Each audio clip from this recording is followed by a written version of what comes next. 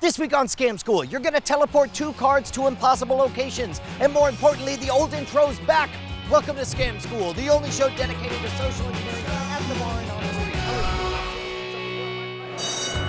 Gentlemen, toast your countenance upon me. Boom. Here we are at the Moontower Saloon, and we have a fellow magician. Good to meet you, Ian. Where are you from, man? From the UK. From the UK, and Matt, you are? From Austin. No, well, okay, but you're a chemist. That's what I was leading to. That's fine. We have a magician and a chemist. Oh, I'm not a professional magician. I'm a hobby. Doesn't matter. Job Doesn't matter. Speaking of which, this week's episode actually comes from an enthusiast, Doug Bohr, out of, I believe, Chicago. He has a go-to face melter that I absolutely have no idea how well it's gonna play. So I figured I would test it on you guys. Real quick, Matt, just say stop whenever you want. All right, stop. You wanna keep going? That's good. You're 100% sure? That's good. You're right good, there. all right? That is your card. Yep. All right, you got 100%. Look me in the eye. It's a really lame trick if you forget the card. Got it. Are you gonna forget it? No, I got it. Okay, good. All right, same drill. Ian, say stop. All right, right there, you wanna keep going? No, okay, that's Swear fine. to God, if you keep going, One I'll more. keep going. One more? Yeah, perfect. And now you're good? All right, Ian, right there. Yep. Your card. You gonna forget your card? Nope. Swear to God, if you forget your card, I'm gonna flip this kiosk right over. I'm gonna send to the stars, and I'm gonna become a supervillain, all right? I got it. Okay, finally we get to a point where, well, I'll tell you what, let's go ahead and mix everything up. What if I told you that everything you believed was a lie? What if I told you that matter simply popped in and out of existence? What if I told you magic was real? And that your cards vanished from the deck and disappeared into the ether. For example, here, right there. Ian, do you see your card? Nope. Don't you give me that attitude. Pinky promise. Pinky promise. What about here? Nope. You see your card? Nope. All right, look, here, let's make this easier. Here we go, ready? Any of these? Nope. Any of these? Nope. Any of these? Wait. Any of these? Nope. Any of these? Nope. Any of these? Any of these? Any of these? None of these? None of these are your cards? Nope. Because your cards have teleported from the pack and they have landed beneath your respective beverages because of the law of bar magic. Deeper beneath right there. Gaze upon your countenance. Is that your card? That's Matt's card. That's Matt's card. And then which one is that one? card. And that's your card. And that's true wizard bedevilment. Teleportation. Toast. Domain.com? Yeah, it's Brian Brushwood with the crime thing. Listen, I've been thinking about it and I put together the perfect expo to get our word out. D3, domain.expo. Yeah, no, there's a D in front of expo, but it's silent. It works out. Listen, we can announce all the hottest new trends of domain registration. HDR, huge domain registrations. Every video game you're hearing about now has a domain. Where are the video game providers going to get their domains? They're gonna learn about it at D3. Trust me, when I take the stage, I will do so much more than just remind people that domain.com makes it fast, easy, reliable to get a domain. Or that they get 15% off when they use promo code SCAMSCHOOL at checkout. No. I'm going to inspire a generation of dominioneers. There are worlds of domains to explore. I can? Right now? You're gonna love it. This is gonna be great. There are worlds of domains to explore. We're talking about day one DLC. That's Domain Love Connection, people. That's the... What are we doing? I'm bored. How much bored I am? Super bored. What would you say? Nothing. I'm gonna keep going. Unprecedented ability for user-generated decision-making content on a multi-platform, interglobal, connected peripheral interface, AKA your computer, just-in-time management. Delay tactics no more. It's time for the real work. D3, welcome to D3, people. Hold on, whoa, Callie, you gotta sit. No, don't get, she's getting a snack. Now, I have a strong suspicion that Ian knew what was going on pretty early. I did my best to hide the cards underneath the beers from you guys, But I'm gonna guess, Ian, that as a magician, the moment you saw me doing this, you Absolutely. knew something was up. Yeah, I knew something was fishy. So talk me through what was going through your mind. I knew you were trying to force a card. Yep. So you needed to force 2 cards. Yep. In that particular trick. You figured Yeah. that there's some kind of force. And we've Yeah. talked about the Hindu force before. It's a Yep. classic. You learned it under a different name. What did you learn it? I learned it as the Indian dribble. The Indian dribble. You are correct. I was forcing, but the beauty of this is that you force 2 different cards using the same gimmick. And yes, this does involve a gimmick, but also the gimmick vanishes. It's amazing. So everything is made possible by this one card. You have one face-up card glued to 2 halves of the other card. Full disclosure, I totally forgot which one of you had which card, and I figured it didn't matter. You can Yes. spin the tail Any way you in want. whatever Yeah, way yeah. you want. So one of you has one of the cards, one of you has the other.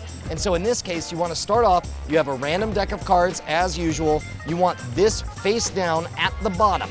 Now, so what that means is you don't want anyone to see the face up side. I used double stick tape, and if you hold a 6 and a 2 together on all sides and then cut, you're gonna get a really nice clean cut between them. Yep. And you're able to lock them up on the sides so that even as you feel it, it feels just like one card.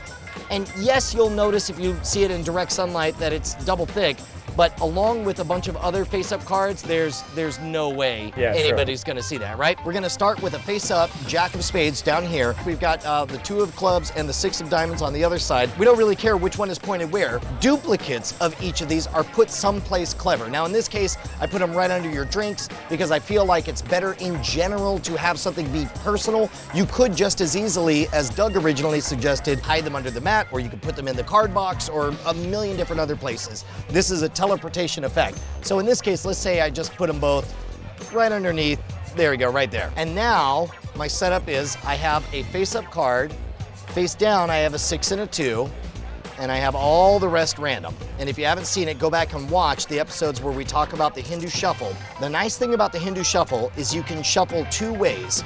You can either hold the entire block in your right hand, pull cards off the top, a bit at a time, and the nice thing is when they say stop, the bottom card will always be the same, right? An alternate to that would be the first time, instead of picking up all the cards all at once, you're gonna grab a giant chunk out of the middle, let it all drop. So the card at the bottom stays at the bottom, and you're able to drop everything on top, and you can keep shuffling this way over and over and over and over again, and you'll preserve the bottom card the entire time. This is not gonna be the best when you're under fire, but when you're talking casually with people, they'll be able to see that clearly, yeah, you're not really worried about the cards. So in this case, I wanna force the card, so I'm gonna start with this 6 of diamonds over to you, Matt. I'm gonna grab the whole block, I'm gonna pull off the top, drop it, top, drop, until you say stop. Stop. That's my new rap album, Top Drop Until You Say Stop.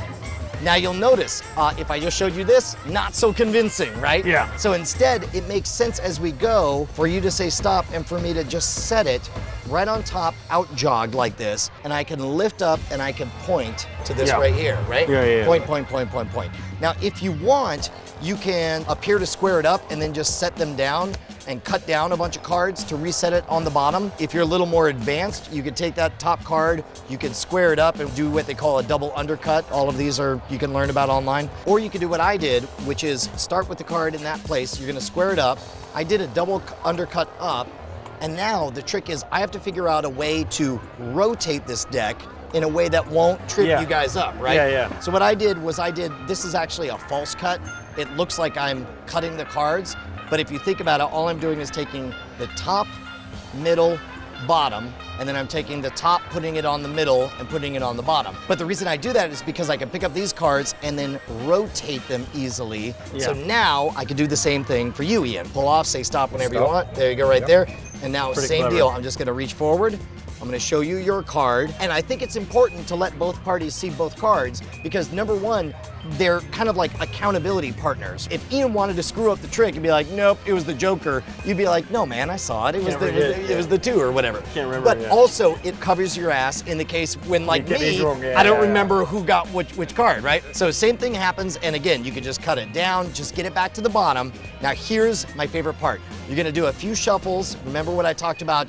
You scoop out cards from the middle, drop on top. So you gotta have some kind of process to mix everything up.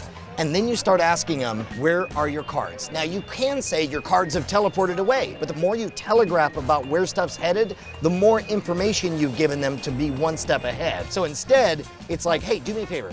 Are any of these your cards? And you're like, no, obviously not. Any of these your cards? No. Now here's the part where I speed it up by squaring it up, and I drop all the cards on top. Now what's actually happening is I've gotten halfway through showing you the cards.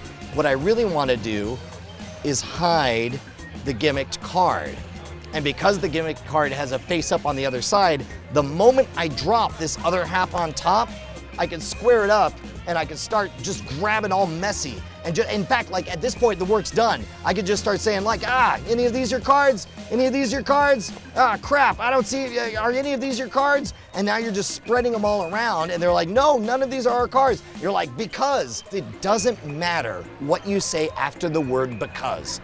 In my case, I made up a total nonsense thing and said, because of the law of bar tricks, your cards have gone beneath your drinks.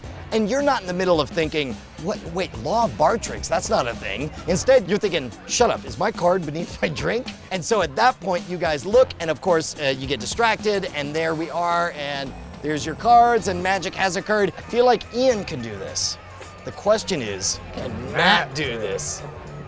This trick? Yeah, he can. That's the 1,000-yard stare of a boy who's about to become a man.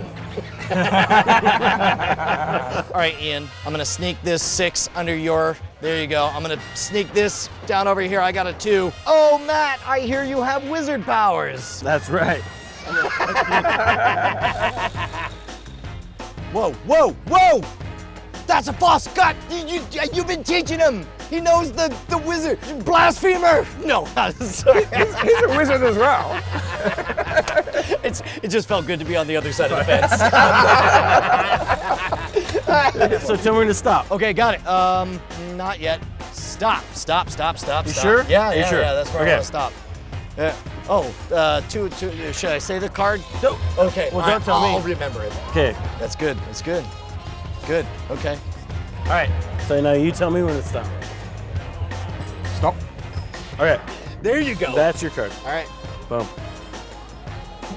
Okay. You both picked a card, right? Yeah, we did. Yeah. And totally picked a card. Excuse me. I'm just gonna enjoy a tasty beverage here. I certainly hope nothing's underneath my napkin. if I just go through these cards like this, none of these are your cards. Well, of course not. No. None of them. No, none of these. Even either. if I give them a quick shuffle here. Oh my gosh. How about these? Not my card. Nope. Not in there. Nope. You're pretty much the king of not finding my card. Okay. Nope. Yeah, none of those are the cards. Sorry. Wait, seems like some of them should have been our cards. Yeah. This crazy part about this trick is Yeah? that there was like some law, I guess. I heard about it earlier. It was like the law of beer transportation. Of beer transportation. Beer transportation. Oh my God. It puts your card beneath your beer. No. Oh, actually, I'm sorry. It's cardboard portation. Oh, wait. Cardboard portation. Oh, there we go. Boom. That was amazing, Matt. Well done. Got to give a huge thanks to Douglas Bohr for sending this idea in. Of course, if you want to suggest your favorite bar scam, magic trick, or unbeatable puzzle, hit me up directly at brian@schwood.com. And you and I should be best friends at twitter.com/schwood. There is no C in Schwood. And if you're a true fan, you do not want to miss the stuff we're posting at the Scam Stuff YouTube channel, including brand new magical releases. It is unreal how good that looks. Slowly. You're like, wait, what the heck is happening? That's awesome. Is that your card? Is that my card? That's my card? Yeah. That is your card. Okay, Yeah, cool. it's a big importance, the word ordering between is that and that is. I f***ed up the trick because I suck really bad and I suck.